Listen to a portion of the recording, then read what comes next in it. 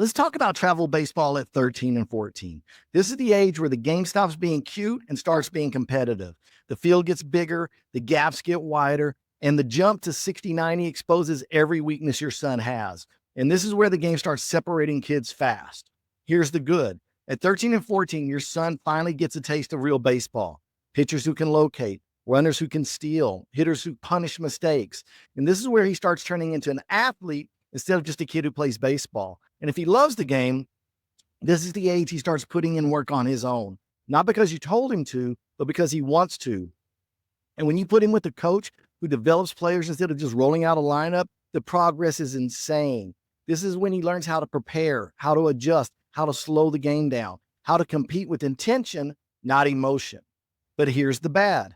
This is the age where most families panic. High school's right around the corner, and suddenly every parent feels behind. So they overthink every decision. They chase big logos instead of good coaching. They join rosters with 15 or 16 players thinking it's elite, but their son barely plays. They think playing in 12 tournaments a year is development when all they really needed was focused reps, strength, mobility, and actually learning the game. This is when parents confuse movement with progress. Just because you're busy doesn't mean you're improving. And then here's the ugly. This is where kids get exposed. The game on the big field shows everything. Foot speed, arm strength, barrel control, athleticism, baseball IQ. You can't hide a weakness anymore. And a lot of kids who were top players at 11 and 12 suddenly aren't the best anymore. Some stop growing, some lose confidence, some can't handle the jump.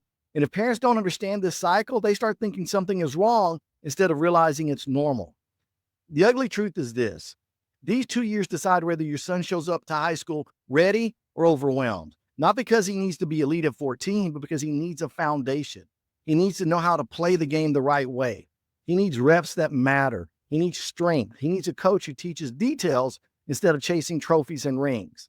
Exposure doesn't matter yet. Rankings don't matter yet. Exit velos don't matter yet. Development does. Confidence does. Health does. And the willingness to work when nobody's watching does.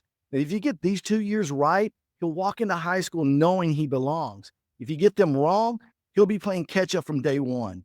So choose a team that develops him, choose coaches who prepare him, choose an environment where he can actually grow, because 13 and 14 aren't about proving anything. They're about preparing him for the level where everything starts to count.